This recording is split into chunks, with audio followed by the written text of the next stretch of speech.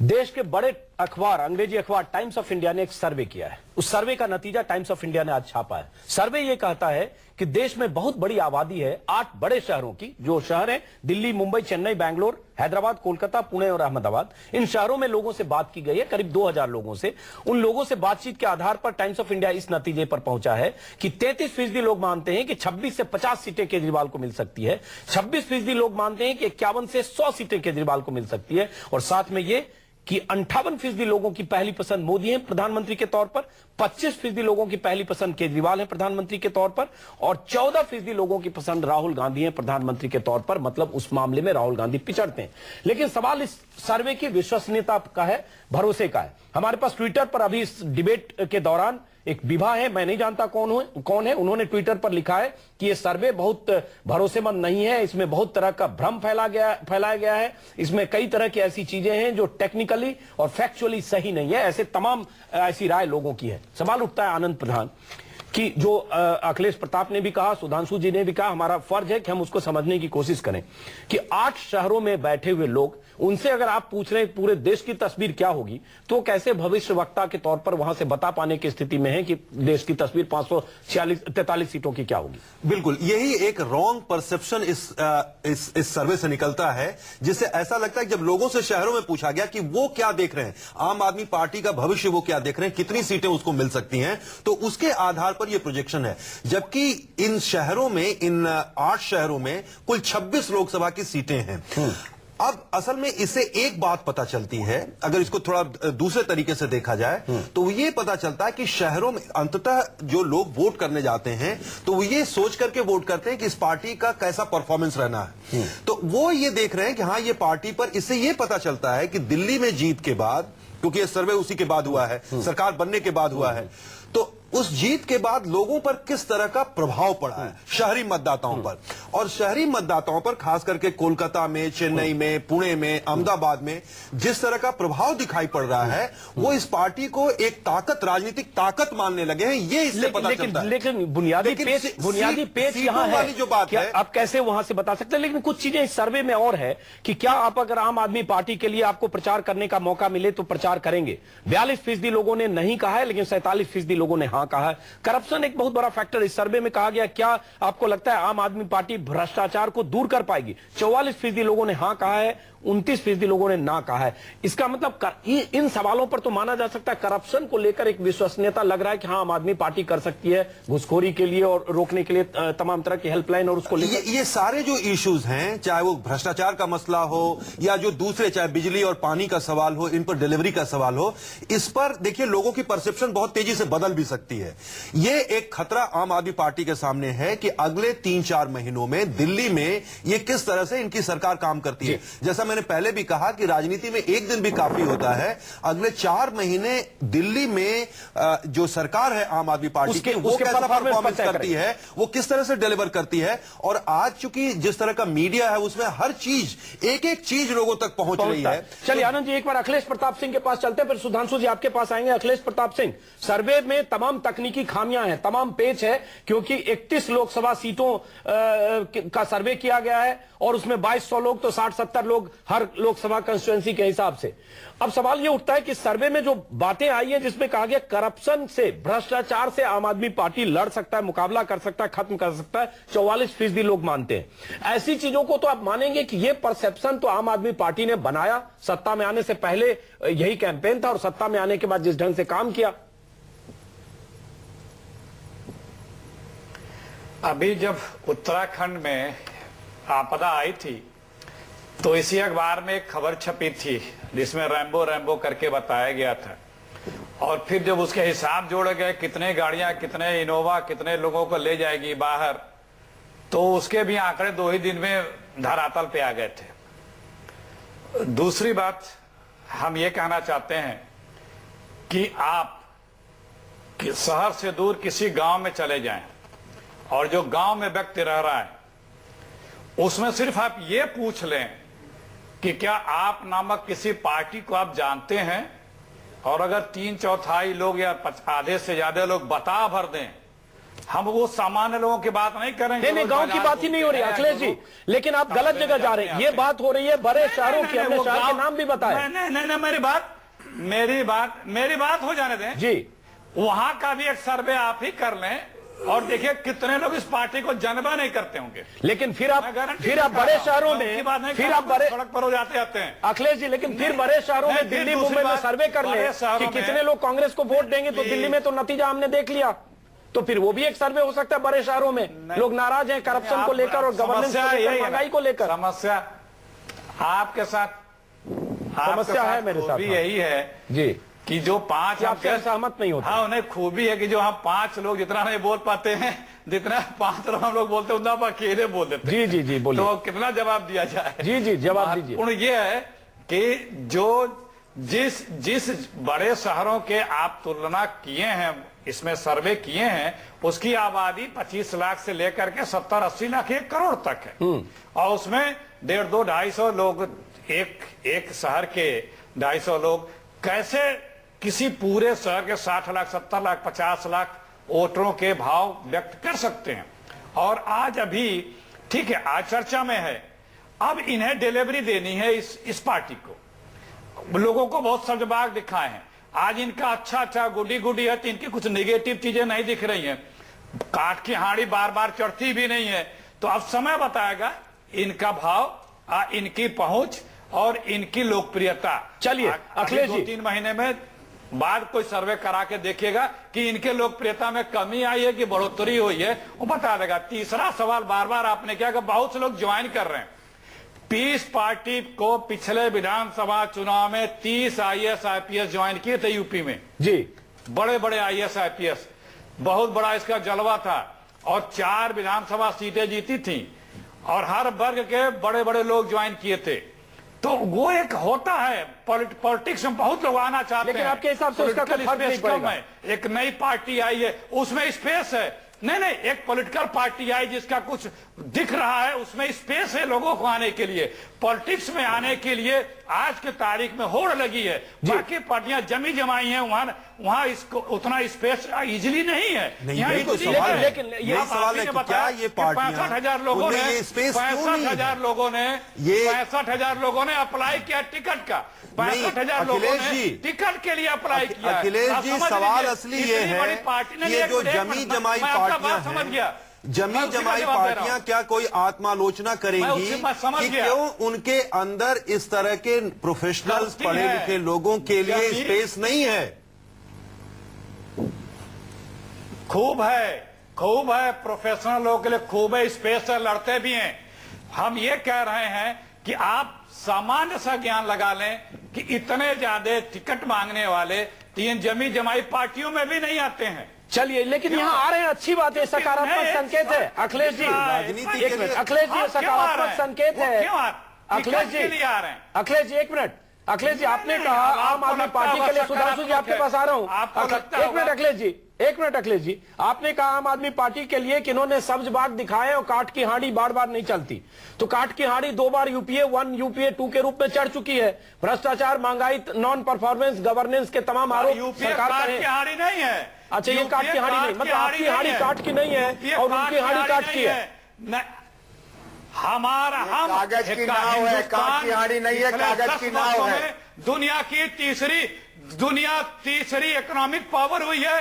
हिंदुस्तान पिछले 10 वर्षों में 10वें 12वें पायदान से पहुंच के 4थी 5वीं सामरिक शक्ति हुई है। हिंदुस्तान हम मेधा के मामले में पहले दूसरे नंबर पर आया है, टेक्नोलॉजी के मामले में आया है, स्पेस के मामले में। चलिए, अब जवाब ले लेते हैं अखिलेश जी, जवाब ले लेते हैं। अब पूरा मैनिफेस्टो पढ़ के सुनाने लगेंगे क्या हुआ है तो बहुत मुश्किल होगी। चाहे इंफ्रास्ट्रक्चर हो, नहीं मैनिफेस्टो नहीं है, ये यथार्थ है। जी, ये यथार्थ है। जी, हम आएंगे आपके पास, एक बार जवाब ले लेते हैं। जिनको काट की हांडी का, सुधांशु त्रिवेदी आपके पास तुरंत लौटा, लेकिन काट की हांडी आपकी है। आम आदमी पार्टी के नेता प्रोफेसर आनंद कुमार सब्ज बाग दिखा रहे हैं, ये चलने वाला नहीं है। आप हिंदुस्तान के लोगों के रहनुमा के लिए नहीं है।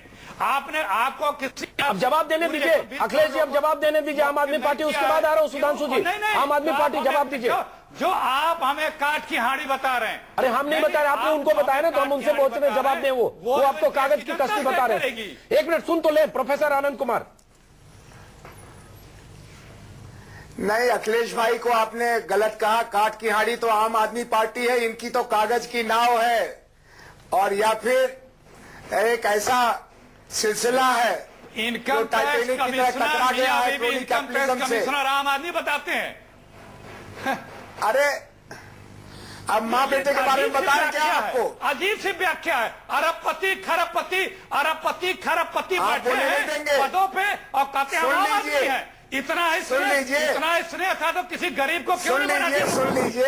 नहीं, किसी गरीब एक मिनट जवाब देने दीजिए, अखिलेश जी जवाब देने दीजिए, सुधांशु जी के पास जाऊंगा। अखिलेश जी 1 मिनट जवाब देने दीजिए। सुनने का धीरज रखिए, सुनने का धीरज रखिए। देखिए ऐसा है, आम अजीत जी, आदमी अखिलेश जी सुनने लेंगे तो दीजिए, अखिलेश जी आम आदमी एक मिनट सुन तो ले उनकी बात भी। आम आदमी की बात ही नहीं सुन रहे हैं आप। अखिलेश भाई, हम अखिलेश भाई कुछ अरे सुन तो लीजिए, कांग्रेस का हाथ आम आदमी के साथ और आम आदमी को नहीं सुन। 1 मिनट, चूंकि सुधांशु जी के पास भी जाना है। अखिलेश जी 1 मिनट सुन ले जी। प्रोफेसर आनंद कुमार। अखिलेश भाई, ऐसा हुआ है, देखिए इसमें परेशान होने की जरूरत नहीं है। आम आदमी के तरफ रुझान इसलिए बढ़ रहा है कि एक सवाल उठ गया था लोगों के मन में कि जाए तो जाए कहां। आम आदमी ने एक नंबर दे दिया, कहा कि यहां पर फोन करो। आम आदमी पार्टी ने एक रास्ता बना दिया, कहा शामिल हो जाओ और एक बूथ के इंचार्ज बनो। आम आदमी पार्टी ने कहा कि तुम आवेदन करो और 26 बरस के हो या 46 बरस के हो, हम उसको समझ लेंगे, देख लेंगे, किसी से पैरवी नहीं करनी है, स्थानीय मेंबरों से पूछ लेंगे, हाईकमांड कल्चर नहीं है। ये नई संस्कृति है अखिलेश भाई, जो पहले कांग्रेस में हुआ करती थी। आज वो सब बिगड़ गया है मामला। आज थैली शाहों का बोलबाला हो गया है बड़ी पार्टियों में, मैं नाम नहीं लूंगा। काले धन की राजनीति आ गई है, वोट बैंक की राजनीति आ गई है। आम मतदाता इससे आगे जाना चाहता है। चलिए, आप हमसे बड़े हैं, अगर आप हमसे ज्यादा सुधर गए तो ये सारा कुछ आपके खाते में चला आएगा। सुधरने की कोशिश तो करिए। लेकिन आपके खाते में कंफ्यूजन होता है, आप मतलब डबल एपी आजकल होता है आपके खाते में। और प्रोफेसर आनंद कुमार, एक चीज तो करनी पड़ेगी, उन्होंने तो काट की हाड़ी कहा आपको, आपने उनको कागज की कश्ती कह दिया, कागज का नाव। लेकिन मुझे लगता है आपके, सुधांशु आपके पास आ रहा हूं, थोड़ा मंत्रियों को ट्रेनिंग की जरूरत है कि सरकार में आने के बाद गवर्नेंस कैसे होता है। आपके जो मंत्री हैं लॉ मिनिस्टर, उन्होंने लॉ सेक्रेटरी को कह दिया कि सारे जजेज की मीटिंग बुलाओ सचिवालय में। ये आज तक भारतीय इतिहास में नहीं हुआ है। न्यायपालिका को नियंत्रित मंत्री नहीं करते। राखी बिरला की कहानी पहले। मुझे लगता है इसके लिए भी एक पैरामीटर बनाइए, कोचिंग क्लास, और आप तो वरिष्ठ आदमी हैं, उनको बताइए कि क्या करना है क्या नहीं करना। सहमत हूं। राखी नहीं, आपके लॉ मिनिस्टर की बात कर रहा हूं। से लेकर के सोमनाथ भारती और डॉक्टर मनमोहन सिंह, सबको ट्रेनिंग की जरूरत है। फाइलें सुरक्षित कैसे रखते हैं, हम पार्टी को सरकार के ऊपर चढ़ाई करने से कैसे रोकते हैं, हम अपने रिश्तेदारों को कोयले के खदानों को बांटने से लेकर के, और जो सार्वजनिक तौर पर चीजों का नीलाम करना है, अपने सेक्रेटरी से मिलकर के उसको कैसे G2 स्पेक्ट्रम बनाते हैं। प्रोफेसर जी मैं समझ गया, प्रोफेसर साहब मैं समझ गया, आप उस मुद्दे की वजह दूसरे मुद्दे की बात करें। सुधांशु त्रिवेदी, सुधांशु त्रिवेदी आप कुछ कहना चाह रहे हैं इन दोनों की बातचीत से आपके लिए? जी सुधांशु त्रिवेदी, मैं ये कहना चाहता हूं कि यदि आपके पीछे कोई बैगेज नहीं है, आपके कोई पीछे मतलब पृष्ठभूमि मुझे नहीं करेंगे है, तो डबल जनता एपी के कर मन में आशा जगाना बहुत आसान होता है। 1 मिनट मुझे पूरी बात कर लेने दें। अभी मैं पिछले वर्ष का उदाहरण देता हूं। उत्तर प्रदेश में अखिलेश यादव जी एक नया स्वस्थ चेहरा लेकर आए और ये कहा कि बिल्कुल भाई अखिलेश यादव आएंगे, नया सवेरा लाएंगे, और बेरोजगारी भत्ता उनका सबसे बड़ा आकर्षण था। और क्या हुआ आज बताइए, इलाहाबाद में हजारों लड़का जो है बेरोजगारी भत्ते के लिए लड़ाई झगड़ा कर रहा है, बेरोजगार युवक।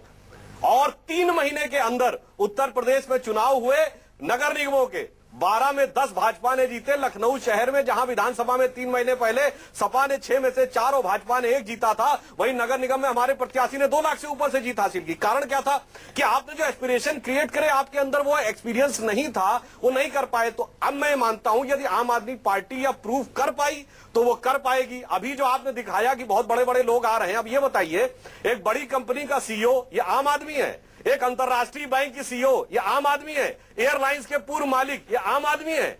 तो भाई ये लोग जो आ रहे हैं, ये आम आदमी हैं या कुछ खास नेताओं नहीं, के उसको तो परिभाषित कर दिया था केजरीवाल ने परिभाषित कर दिया कि जो बेईमान नहीं है, करप्ट नहीं है, इतना जो जिसने परिभाषा देना पैसा नहीं कमाया आम आदमी है, चाहे वो जहाज से चलता हो, जीके में रहता हो या यमुना पार रहता हो। पूंजीवाद के खिलाफ लड़ाई लड़ेंगे और बड़ी बड़ी कंपनियों और बैंकों के मालिकों को साथ लेकर आम आदमी, तो देखना होगा कि अभी ये अपनी कसौटी पे कितने खरे उतरते हैं। अच्छा चलिए, आम आदमी पार्टी के नेता, आपने सुना प्रोफेसर साहब आम आदमी की परिभाषा को लेकर एक सवाल तो इन्होंने उठाया कि ये डेक्कन एयरलाइंस के मालिक या ऐसे बड़े बड़े लोग मल्टी मिलियनर आम आदमी कैसे। अखिलेश जी आप अपनी बात कहिए जी।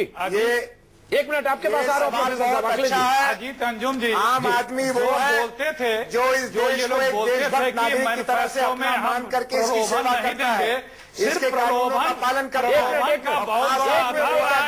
संविधान से लेके कानून तक को अपने हित के लिए उसका दुरुपयोग करता है। वो है खास आदमी जिसका ये इंतजाम कुछ कर नहीं सकता है, उसके खिलाफ कोई कार्रवाई नहीं हो सकती है। वो है खास लोग और आम लोग वही हैं जो कानून आम आदमी की बात करना, करते हैं, आम आदमी की बात करना, नियमों के हिसाब से आम आदमी का वोट लेना और खास आदमी हुकूमत करें। देखिए आम आदमी की बात करेंगे और खास लोग हुकूमत करेंगे, ये है ये पार्टी। और शुरू में जैसे केजरीवाल क्या है, इनकम टैक्स कमिश्नर आम आदमी है, केजरीवाल खास आदमी है, वो एक साधारण परिवार का लड़का, अगर इनकम टैक्स कमिश्नर को, अगर इनकम टैक्स कमिश्नर को, एक मिनट, अगर इनकम टैक्स कमिश्नर को आम हिंदुस्तानी का श्रेष्ठ मुझे रोकना पड़ेगा क्योंकि फिर ये बात आम आदमी खास आदमी हो जाएगी, उसकी परिभाषा पर किसी और दिन बैठेंगे। एक मिनट अखिलेश जी, आम आदमी और खास आदमी खास आदमी है, ये आम आदमी है, खास आदमी बेचारा जो फुटपाथ पे सो रहा है वो कौन आदमी है? नहीं वो भी आम आदमी है और जो इसका मतलब हम लोग आम आदमी नहीं है। चलिए एक मिनट रोके, हम आम आदमी खास आदमी पर किसी और दिन बात करें। अखिलेश जी और आनंद जी एक मिनट, अखिलेश जी और आनंद जी एक मिनट हमारे साथ स्टूडियो में उदय सहाय, पूर्व IPS अफसर, फिर से मैं कह रहा हूं आम आदमी पार्टी से जुड़े हैं। हो सकता है आने वाले दिनों में हम इनकी भूमिका किसी रूप में देखें, लेकिन ये तो आम आदमी खास आदमी को लेकर जो परिभाषा उदय जी ने आपने सुनी, उदय सहाय, ये इसको मानेंगे? आम आदमी का मतलब क्या है? केजरीवाल ने कहा कि हम आम आदमी उसको मानते जो सिस्टम से पिसा हुआ नहीं है, सिस्टम को लूट नहीं रहा है, सिस्टम में रहकर करप्ट तरीके से पैसे नहीं कमा रहा है। लेकिन एक सवाल तो उठता है कि अगर डेक्कन एयरलाइंस का चीफ है, अगर मल्टी मिलियनर है, अगर उसके पास 100, 200, 400 करोड़ की पूंजी है, तो आम आदमी कैसे हुआ? प्रोफेसर आनंद कुमार ने बहुत साफ तौर पर ये बता दिया है कि आम आदमी वो है जो सरकार में इजीली एक्सेस नहीं है। एक आम आदमी वो है कि जो हमारी व्यवस्था में इजीली जिसका एक्सेस नहीं है, वो आम आदमी बिल्कुल सही। तो सुन लेते हैं ना यहाँ जी, आपने अपनी बात कही, सब लोग उम्मीद करते हैं संक्षिप्त उसके आम आदमी की। मैं समझता हूँ कि दोबारा इस बात को दोहराने की जरूरत है कि आम आदमी वो है जो आम भी है और साफ भी है, और इन दोनों को मिक्स किए जाने से कंफ्यूजन पैदा होता है। चाहे वो मिडिल क्लास का हो या अपर मिडिल क्लास का हो या गरीब हो या गुरबा हो, अगर वो आम और साफ जिंदगी जी रहा है तो वो आम आदमी ही है। इसको बार बार दोहराया जा चुका है, प्रोफेसर आनंद कुमार साहब ने आज भी दोहराया है। इसको हम कंफ्यूज करके मेन मुद्दे से ना भटकें तो चलिए। संक्षिप्त सुधांशु त्रिवेदी जी, क्लोजिंग रिमार्क, संक्षिप्त रिमार्क, क्लोजिंग रिमार्क। क्या किसी तौर पर जो ये सर्वे है जिसमें बहुत सारी बातें हैं, जिसमें एक सवाल ये भी है कि क्या आप इंप्रेस हैं जिस ढंग से दिल्ली में आम आदमी पार्टी की सरकार ने काम किया? 70% लोगों ने कहा हाँ, क्योंकि जिस ढंग से पिछले कुछ हफ्ते में सरकार बनी और जिस ढंग से काम हो रहा है, कहीं ये इंप्रेशन तो बन रहा है कि सरकार बहुत तेजी से काम कर रही है, जो आमतौर पर परंपरागत पार्टियों की सरकार नहीं करती है, और इसका इंपैक्ट ही देश में बाकी शहरों में, बड़े शहरों में दिख सकता है। अरे थोड़ा इतनी तारीफ मत कर दे, अच्छा कार्य कर पाए, कैसे काम किया है, बड़ी तेज सफलता मिलेगी। परंतु अभी तो स्थिति है कि कहावत अजीत जी आपने सुनी होगी, जुम्मे जुम्मे 4 दिन, अभी तो इनको 2 जुम्मे भी नहीं गुजरे हैं, तो अभी इनके बारे में कोई निष्कर्ष निकालना थोड़ी मेरे लगता है जल्दबाजी है। जहां तक ट्रेंड के बारे में कहूंगा, सर्वे जो है वो ट्रेंड बताते हैं। पिछले 8-9 सालों से आप देख लें, जिस राज्य में जनता ने जिसको दिया है क्लियर कट मैंडेट दिया, एक तरफा जो नंबर 1 पार्टी थी उसकी सीटें ज्यादा बढ़ गई, आम आदमी पार्टी को भी उसी का फायदा मिला, कांग्रेस डिसिमेट हो गई। तो अगर आपका सर्वे देखें तो स्पष्ट दिखाई पड़ रहा 58% मोदी जी के साथ है, इसका मतलब Bharatiya Janata party clear majority की तरफ बढ़ रही है और कांग्रेस नंबर 3 पार्टी की तरफ बढ़ रही है। यदि आपके सर्वे को सत्य माने तो चलिए, तो यह चिंता का विषय कांग्रेस के लिए अधिक है, हमारे लिए कम। चलिए सुधांशु जी धन्यवाद, आप सभी मेहमानों का बहुत बहुत धन्यवाद। लेकिन ये सर्वे हमारा नहीं है, टाइम्स ऑफ इंडिया का सर्वे है। और अखिलेश जी, आपने क्लोजिंग में कहा कि आप इतनी तारीफ मत करिए, तारीफ हम नहीं कर रहे हैं, तारीफ नतीजे जो पार्टी की तरफ से जो नतीजे हुए, दिल्ली में सरकार बनी, उसकी बात है। आप भी अच्छा काम करेंगे, हम भी तारीफ करेंगे, लेकिन 3 सालों में सरकार ने ऐसा बहुत काम किया है जो काबिले तारीफ नहीं है। इसलिए हम कार्यक्रम को यहीं खत्म करते हैं।